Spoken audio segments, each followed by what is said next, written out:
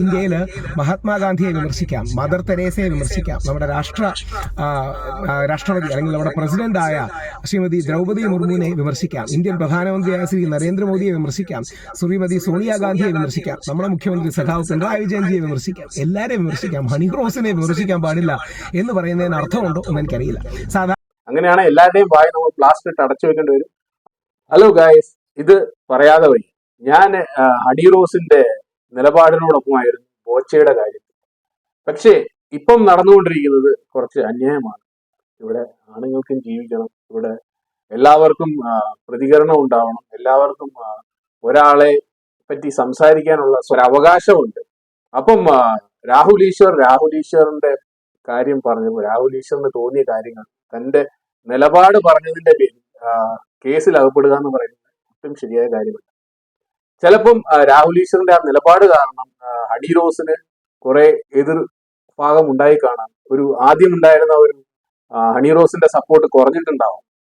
പക്ഷെ താങ്കൾ ഇപ്പൊ എടുത്ത ഈ കേസ് കൊണ്ട് മുമ്പോട്ട് പോകുന്ന രീതി പോവുകയാണെങ്കിൽ ഇപ്പം 50% പേരെ സപ്പോർട്ട് ചെയ്യുന്നതെങ്കിൽ അതുകൂടെ നിങ്ങൾക്ക് കിട്ടുകയില്ല എന്നുള്ളൊരു അവസ്ഥയിലേക്കാണ് പോകുന്നത്.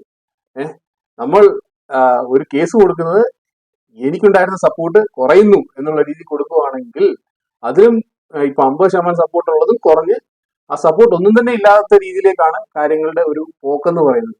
ഒരാൾ ഒരു അഭിപ്രായം പറഞ്ഞതിന്റെ പേരിൽ അയാളെ നമുക്ക് കേസിൽ അകപ്പെടുത്തുക എന്ന് പറയുന്നത് ഒരിക്കലും നടക്കുന്ന കാര്യമല്ല. അങ്ങനെയാണെങ്കിൽ ഇപ്പൊ ഒരു കേസിന്റെ സമയമാണ്, എല്ലായിടത്തും കേസ്. എന്തോ പറഞ്ഞാലും എന്തോ ചെയ്താലും കേസാണ്. അല്ലാതെ എന്ത് പറഞ്ഞു, എന്തെങ്കിലും വൃത്തികേട് പറഞ്ഞോ അല്ലെങ്കിൽ ഒരാളെ അവമാനിക്കുന്ന എന്തെങ്കിലും പറഞ്ഞോ അതൊന്നും നോക്കണ്ട. എന്തെങ്കിലും പൊതുവികാരം എനിക്കെതിരെയായി, അതുകൊണ്ട് ഞാൻ കേസ് കൊടുക്കാന്നുള്ള രീതിയിൽ മുമ്പോട്ട് പോവുകയാണെങ്കിൽ അപ്പം എല്ലാവരും കേസ് കൊടുക്കണം. ഇത് സോഷ്യൽ മീഡിയയുടെ കാലമാണ്, പലർക്കും പലരെ പറ്റി പലതും പറയാനുണ്ടാവും. അപ്പം അതിനെല്ലാം കേസിന്റെ പുറകെ പോയി കഴിഞ്ഞാൽ പിന്നെ വേറൊന്നും ചെയ്യാൻ നമുക്ക് സമയം ഉണ്ടാവില്ല. ഹണി റോസിന് കിട്ടിയ ഈ പ്രിവിലേജ് കാരണം ഹണി റോസ് കേസ് കൊടുക്കാൻ പറ്റുന്നുണ്ട്. അപ്പം ഇങ്ങനെ പലരും പല അഭിപ്രായങ്ങളും പറയുന്നുണ്ടാവും. അവർക്ക് കേസ് കൊടുക്കാനുള്ള ഒരു സാധ്യത ഇവിടെ ഉണ്ടോ? ഇത് ഹണി റോസ് ആയതുകൊണ്ട് കേസ് കൊടുക്കാൻ പറ്റുന്നു. അതും കേസ് കൊടുക്കേണ്ട ഒരു അവസ്ഥ ഇവിടെ ഇല്ല. അല്ലെങ്കിൽ പറഞ്ഞ പുള്ളി വേണ്ടാത്ത വൃത്തികേടൊന്നും രാഹുൽ ഈശ്വർ പറഞ്ഞിട്ടില്ല. രാഹുൽ ഈശ്വറിന്റെ അഭിപ്രായത്തോട് ബോച്ചയുടെ കാര്യത്തിൽ എനിക്ക് യോജിക്കാൻ പറ്റുന്നില്ല. ബോച്ച പറഞ്ഞ കാര്യം തെറ്റാണ്. ആ കാര്യത്തിൽ രാഹുൽ ഈശ്വർ ഡ്രസ്സിനെ പറ്റി കഴിയുന്ന കാര്യത്തിലും എനിക്ക് അഭിപ്രായ വിരുദ്ധതയുണ്ട്.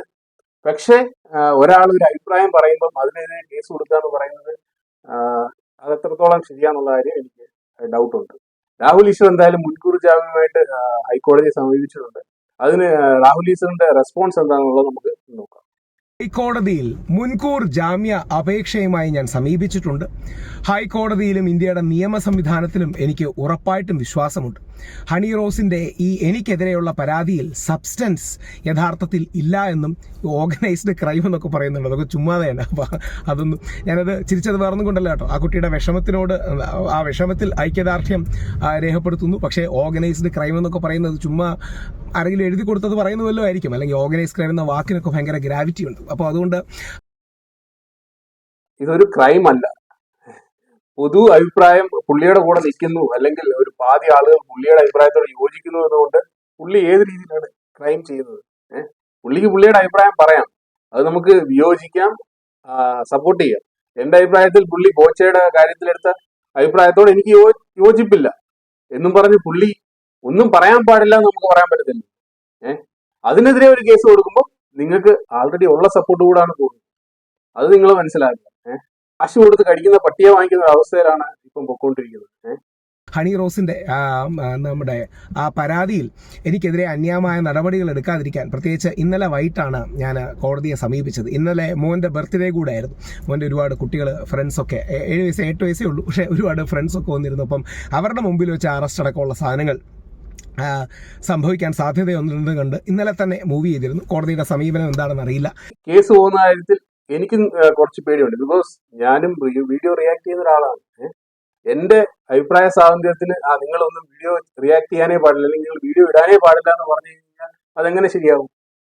എനിക്ക് എന്റേതായ അഭിപ്രായം പറയാനുള്ള സ്വാതന്ത്ര്യമില്ലേ? ഞാൻ എന്തെങ്കിലും ഈ ഭരണഘടന പറഞ്ഞിട്ടുള്ള കാര്യങ്ങളിൽ നിന്ന് പുറത്തു പോയി എന്തെങ്കിലുമൊക്കെ വേണ്ടാത്തത് പറയുകയോ അല്ലെങ്കിൽ ഒരാളെ അവമാനിക്കത്തക്ക രീതിയിൽ പറയുകയോ അല്ലെങ്കിൽ അങ്ങനെ എന്തെങ്കിലും ഒരു ആക്ട് എന്റെ ഭാഗത്ത് നിന്ന് ഉണ്ടായെങ്കിൽ അത് കാര്യമുണ്ട്. അല്ലാതെ നമ്മളൊരു അഭിപ്രായം പറയാൻ പാടില്ല, നമ്മളൊരു വീഡിയോ ഇടാൻ പാടില്ല എന്ന് വരുന്നൊരു അവസ്ഥ അത് അംഗീകരിക്കാൻ പറ്റത്തില്ല. അത് എല്ലാവർക്കും അങ്ങനെ തന്നെയാണ്. എല്ലാവർക്കും അവരുടെ അഭിപ്രായം പറയാൻ സ്വാതന്ത്ര്യമുണ്ട്. ചിലപ്പോൾ നിങ്ങൾക്ക് ആ അഭിപ്രായം കാരണം നിങ്ങൾക്ക് വിഷമം ഉണ്ടായേക്കാം. അത് പറഞ്ഞ് സോൾവ് ആക്കുക, അല്ലെങ്കിൽ ഇതൊക്കെ ഉണ്ടാവുമെന്ന് മനസ്സിലാക്കുക. എല്ലാം നമ്മൾ ഫേസ് ചെയ്യാൻ ഒരുങ്ങി വേണം നമ്മൾ സോഷ്യൽ മീഡിയയിൽ വരുന്നവരായാലും അല്ലെങ്കിൽ ഈ ഫെയിമിൽ നിൽക്കുന്നവരായാലും ഇങ്ങനെയുള്ള പ്രശ്നങ്ങൾ ഉണ്ടാവും. അത് ഫേസ് ചെയ്യുക എന്നുള്ളതാണ്. അല്ലാതെ ഒരാൾ ക്രൈം ചെയ്യാത്ത ഒരാളെ നമുക്ക് ക്രൈം ചെയ്തു എന്ന് പറഞ്ഞ് കേസ് കൊടുക്കാൻ പറ്റത്തില്ല. ഈ കാര്യത്തിൽ എനിക്ക് രാഹുൽ ഈശ്വറിന്റെ പക്ഷത്ത് നിൽക്കേണ്ടി വരും. പുള്ളിയെ കേസ് കൊടുത്ത് അകത്താക്കുക എന്നുള്ള രീതിയിൽ ഒന്നും ചെയ്യാൻ പറ്റത്തില്ല. ബിക്കോസ് പുള്ളി അങ്ങനെയുള്ള ഒരു ക്രൈം പുള്ളിയുടെ ഭാഗത്തൊന്നും ചെയ്തിട്ടില്ല. സ്ത്രീകൾക്ക് അവരുടെ സ്വാതന്ത്ര്യത്തിനനുസരിച്ച് അവർ ഇഷ്ടപ്പെടുന്ന വസ്ത്രം ധരിക്കാൻ പറ്റും അല്ലെങ്കിൽ പറ്റണം എന്നുള്ള ഒരു നിലപാട് തന്നെയാണ് എനിക്ക് ഉണ്ടായിരുന്നത്. പക്ഷേ ഇപ്പൊ കേസ് കൊടുത്തത് എനിക്ക് അംഗീകരിക്കാൻ പറ്റുന്നില്ല എന്നുള്ളതാണ്. അങ്ങനെയാണ് എല്ലാവരുടെയും വായി നമ്മൾ പ്ലാസ്റ്റർ ഇട്ട് അടച്ചു വെക്കേണ്ടി വരും. ആർക്കും ഈ മൊബൈൽ എല്ലാവരുടെയും കയ്യിലുള്ള ഈ സമയത്ത്, പല പല യൂട്യൂബ് ചാനൽസ് ഉള്ള ഈ സമയത്ത്, ഇഷ്ടംപോലെ സോഷ്യൽ മീഡിയ പ്ലാറ്റ്ഫോം, ഇഷ്ടം പോലെ ചാനൽസ് ഉള്ള ഈ സമയത്ത് നമ്മൾ വായ തുറക്കാൻ പറ്റത്തില്ല എന്ന് പറഞ്ഞു കഴിഞ്ഞാൽ ഒന്ന് ആലോചിച്ചു. അപ്പൊ ഈ നാട്ടിൽ നമുക്കൊന്നും പറയാൻ പറ്റത്തില്ല. ഈ TV ചാനൽസിന്റെ ഒക്കെ ചർച്ച നമ്മൾ കാണുന്നില്ലേ? അങ്ങനെയാണെങ്കിൽ അവർക്കൊന്നും സംസാരിക്കാൻ പറ്റത്തില്ല. അവരെ അവിടെ വിളിച്ചുകൊണ്ട് പോയി ഈ അഭിപ്രായം പറയുന്നവരൊന്നും TV ചാനൽസിൽ പോയിരുന്ന കാര്യങ്ങൾ പറയാൻ പറ്റത്തില്ല. അവർക്കൊക്കെ എതിരെ കേസ് വരും. അവരൊരു അഭിപ്രായം പറയാൻ പറ്റത്തില്ല. ഒരാളെ പറ്റി ഒരു അഭിപ്രായം പറഞ്ഞാൽ കേസ്. ആ ഒരു അവസ്ഥ ആലോചിച്ച് നോക്കും. അത് ഒരിക്കലും അക്സെപ്റ്റബിൾ ആയിട്ടുള്ള ഒരു അവസ്ഥയല്ല. ഹണി മനസ്സിലാക്കണം. കേസ് കൊടുക്കാതിരിക്കുന്നതായിരിക്കും നല്ലത്. ഹണി റോസിന് ഉള്ള സപ്പോർട്ടോടാണ് ഇപ്പം പൊക്കോണ്ടിരിക്കുന്നതാണ് എനിക്ക് ഈ കാര്യത്തിൽ തോന്നുന്നത്. ശക്തമായി ഇതിനെ നേരിടും. ഈ നാട്ടിൽ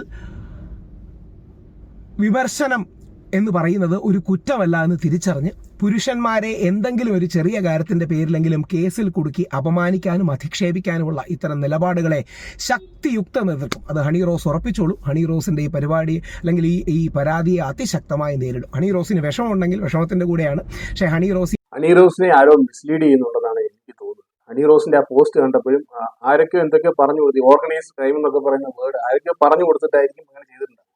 അങ്ങനെയാണെങ്കിൽ ഇക്കാര്യത്തിൽ ഹണി റോസിന് അതിന്റെ പുറകിലുള്ള ആളുകൾ പറഞ്ഞു കൊടുക്കണമായിരുന്നു. ഇത് നിലനിൽക്കുന്ന കേസല്ല, അല്ലെങ്കിൽ രാഹുൽ ഈശ്വർ ചെയ്ത ഒരു ക്രൈം അല്ല എന്നുള്ള കാര്യം പറഞ്ഞ് മനസ്സിലാക്കണം. ഹണി റോസിന്റെ ഈ കേസിനെ അതിശക്തമായി നേരിടാൻ തന്നെയാണ് നീക്കം. ഹണി റോസ് എനിക്കെതിരെ പരാതി കൊടുത്തതുകൊണ്ട് ഹണി റോസിനെതിരെ ഒരു ഇഞ്ച് പോലും വിമർശനം കൂടില്ല, കുറയുകയുമില്ല. ഈ കാര്യത്തിൽ ഞാൻ രാഹുൽ ഈശ്വറിനോടൊപ്പമാണ്. ശക്തമായി മുന്നോട്ട് പോവുക.